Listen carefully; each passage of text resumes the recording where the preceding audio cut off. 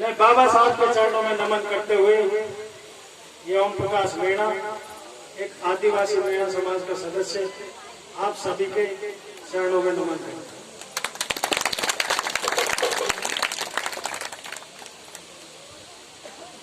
आज का अवसर बड़ा निराला है। आज सोडावाटी ढाणी में नूर बरसने वाला है। एक बार जोर से तालियां बजा दो मेरे भाइयों। ये ओम प्रकाश मीणा बाबा साहब के गुणगान गाने वाला है।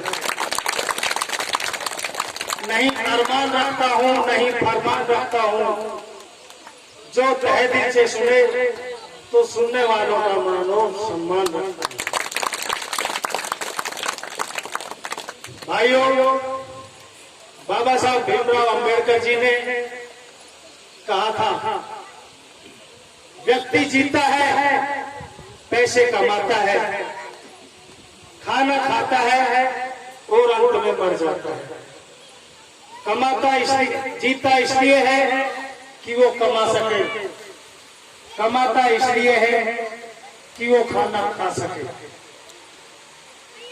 और खाता इसलिए है कि वो जिंदा रह सके, लेकिन फिर भी मर जाता है।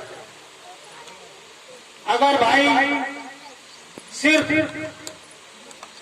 मरने के डर से खाते हो तो अभी मर जाओ, मामला खत्म, मेहनत बच जाएगी। मरना तो एक दिन सबको है ही। अगर तुम्हें जीना है तो समाज के लिए जियो। जिंदगी में उद्देश्य बनाओ। गुलामी की जंजीरों में जकड़े हुए समाज को आजाद कराओ, वरना अपना और अपने बच्चों का भरण पोषण तो एक जानवर भी कर लेता है। मेरी नजर में इंसान वही है जो समाज की भी चिंता करता है और समाज के लिए कार्य करता है। समाज के मुखिया को कांच और परछाई जैसा होना चाहिए। जिस तरह से कांच कभी झूठ नहीं बोलता और परछाई कभी साथ नहीं छोड़ती। समाज का नुकसान मेरे भाइयों बुरे लोगों से नहीं होता, समाज का नुकसान होता है अच्छे लोगों के चुप रहते हैं। समाज के अंदर बदले की भावना नहीं, बदलाव लाने की सोच रखिए।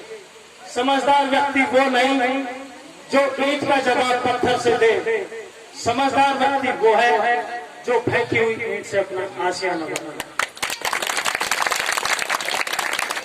कहते हैं पैर की सोच और छोटी मोच। समाज में जिस व्यक्ति की होती है पैर की चोट और छोटी सोच, समाज में जिस व्यक्ति की होती है वो व्यक्ति जीवन में कभी आगे नहीं बढ़ सकता। जो व्यक्ति अपनी बुराइयों से, अपनी गलतियों से स्वयं से लड़ता है, उसे जीवन में कभी कोई हरा नहीं सकता।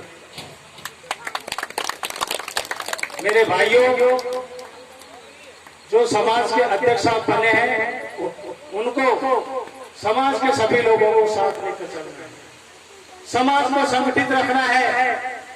अगर समाज बिखर गया तो कहते हैं कि बिखरा हुआ समाज कभी भी बादशाह नहीं बन सकता।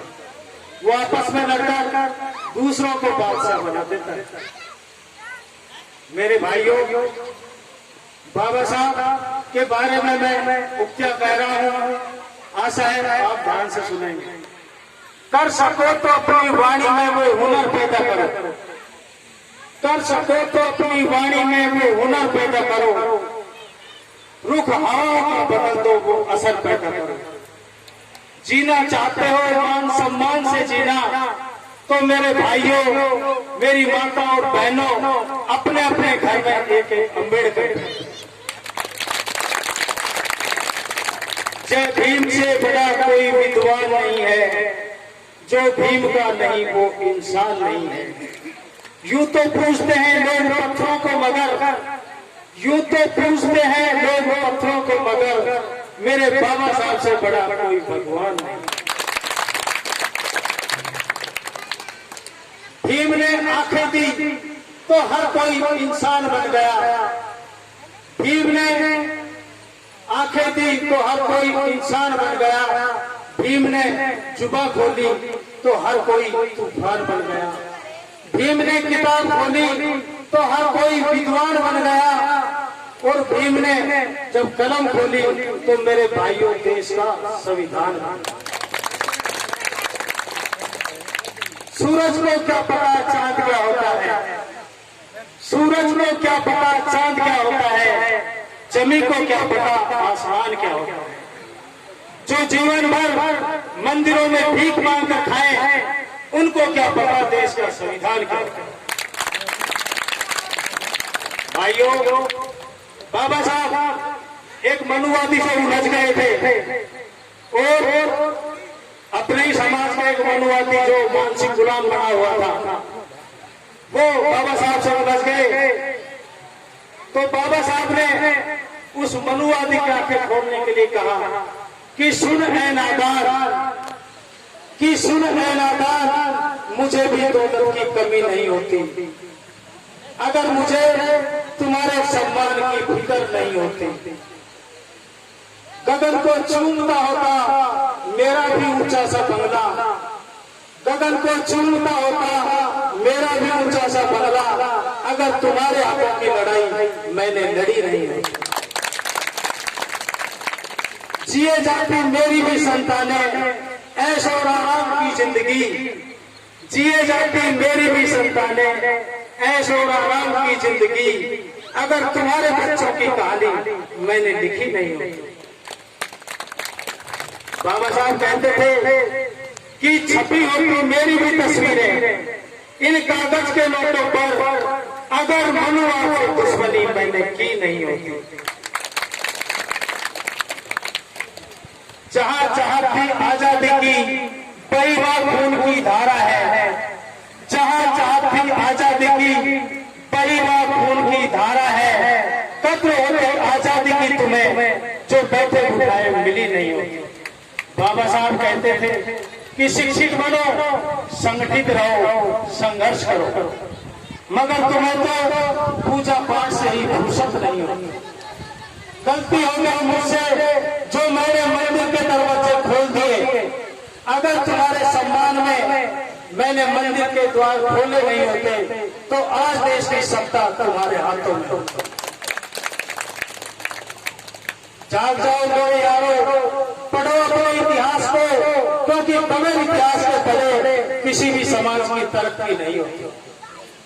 अगर सफल हो जाता मेरा वो संघर्ष, अगर सफल हो जाता मेरा वो संघर्ष वोट से भारत बनाने का, तो आज देश में जातिवाद और धर्म के नाम पर राजनीति नहीं होती।